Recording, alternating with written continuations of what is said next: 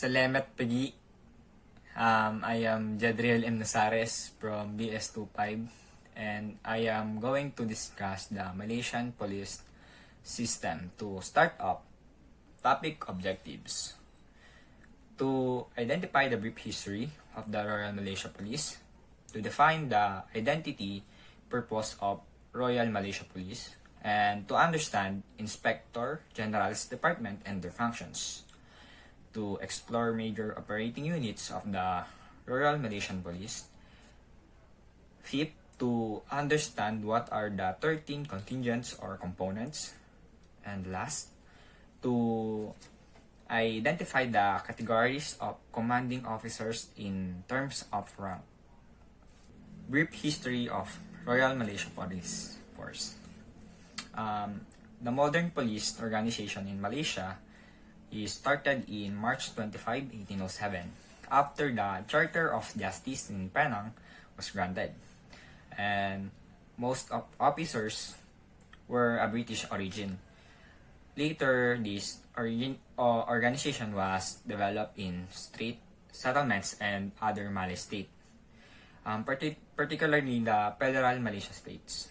The state settlements comprised of Penang, Singapore, and Malacca, and was a British colony under direct British administration. The Charters of Justice introduced and applied English law and established courts of justice. And the state settlements were treated as part of the British Indian Empire and came under the legal, political, and executive sovereignty of the Bengal Presidency. And as a result, the laws introduced were based upon similar laws introduced and applied in India. For example,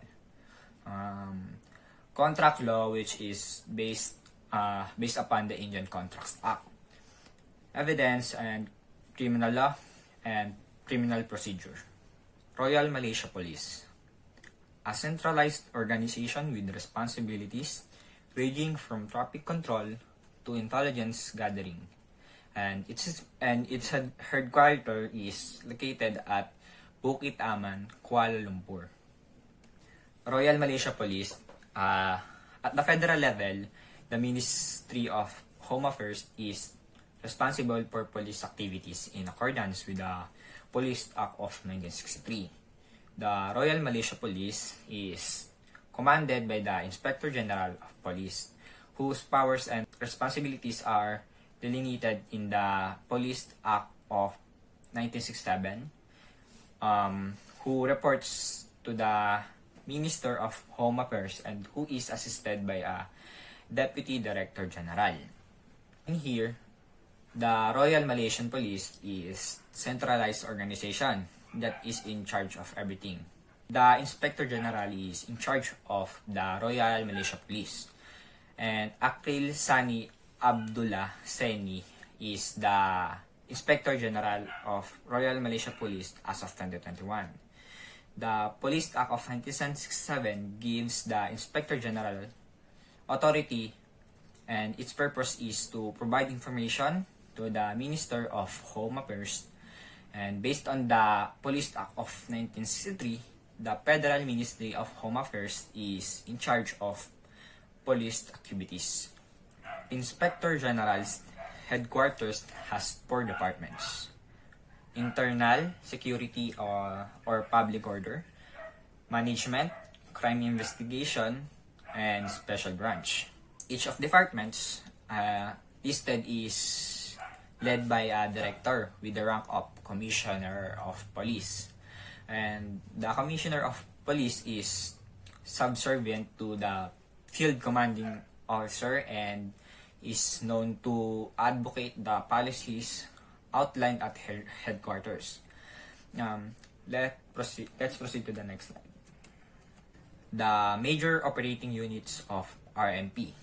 We have Police Field Force, Federal Reserve Units, Criminal Investigation Department, Special Branch, and Marine Branch. In here, Royal Malaysia Police has major operating units. Yun nga, yung mga sa nabanggit ko, yung Police Force, Field Force, Federal Reserve Units, Criminal Investigation Department, and Special Branch, Marine and Marine Branch. And when it comes to internal security, the Police Field Force, or PFF, is led by Public Order. This unit conducts operations, like example, to the communist guerrillas and such as NPAs, like that. It is their responsibility to locate them about their ambition to overthrow the government. And the PFFF, or Police Field Force, is pushing for it to be suppressed.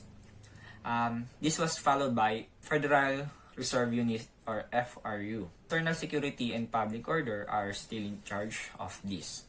Finance, logistics, and the deputy director of the operation oversee the operation.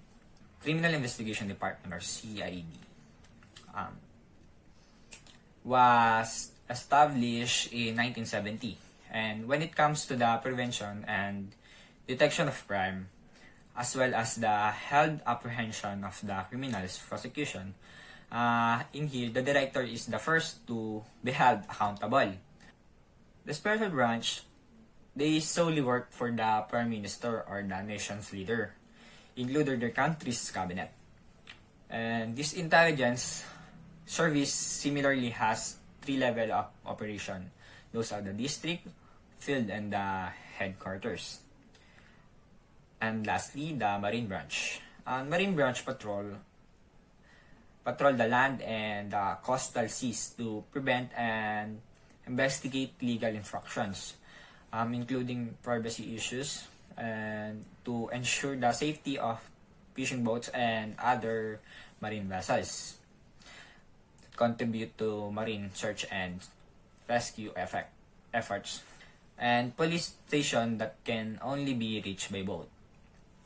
The naval police are especially active off the coast of Sarawak, supporting with counterinsurgency operations, providing supplies to ground forces, patrolling, and maintaining blockades. The majority of their vessels are patrol and speedboats, and their controlling directives are in hands of the Deputy Superintendent of Police. The country is divided into 13 contingents or components, headed by the Commissioners of Police of every state in Malaysia. Those 13 contingents is Sabah, Sarawak in the Borneo State, Kedah, Perlis, Penang, Kuala Lumpur Federal Territory, Pahang, Selangor, Cagayan, Sembilan, Malacca, Johor, Kelatan, and lastly the Terengganu. These 13 states are responsible for dividing the 13 contingents led by each state's police commissioner. 3 categories of commanding officers in terms of rank. Commissioners in Sabah and Sarawak and the Chief of Police Officers in Kuala Lumpur, Perak, and Kedah, Perlis have the rank of Deputy Commissioner of Police. And Chief of Police Officers of Penang, Pahang, Kelantan, Johor, and Negeri, Sembilan have the rank of Senior Assistant Commissioner of Police. And lastly, Chief of Police Officers of Malacca and Terengganu have the rank of Assistant Commissioner of Police. Each state or each police district is not equal level to the administration level. There are 74 districts in the Kuala Lumpur Federal Territory. The lowest rank is that of an Assistant Superintendent of Police in small or rural districts. And however, they may go up to that of an Assistant Commissioner of Police for the more important urban industrialized districts such as Ipo or Petraling Jaya. The lowest or the lowest level of commanding is that of an officer in charge of a police station. Each police district is divided into a number of station areas under a junior police officer. There are more than 500 police stations crossing the country, and each station areas is divided into a number of beat and patrol areas. Royal Malaysia Police constantly cooperates closely with the police forces worldwide, which includes those from the four neighboring countries. Malaysia shares border with Indonesian National Police, Royal Brunei Police Force, Royal Thai Police, and Singapore Police Force. Ang Royal Malaysia Police ay nakiki-cooperate rin sa ilang mga police force worldwide. Especially doon sa apat na neighboring countries. Yun nga yung mga nabanggit ko, yung Indonesian National Police, Royal Brunei Police Force, Royal Thai Police Force, and Singapore Police Force. And for the last slide, Royal Malaysia Police Organization. Aside from these two importance involved in the administration of management department and logistic department, Royal Malaysia Police also involved in 6 departments in crime prevention. Those are number 1, criminal investigation, narcotics criminal investigation division, internal security and public order department. Number 4, special branch. 5th, commercial crime investigation department. And lastly, counter-terrorism special operation team. Royal Malaysia Police, all departments that I said, all departments are led by the directors with the rank of Commissioner of Police or equivalent rank of 3 stars, General or Lieutenant General. That's all for my report. Again, I am Jadriel M. Lozares from BS25. I hope you have learned a lot from listening to my report. Salamat tinggal!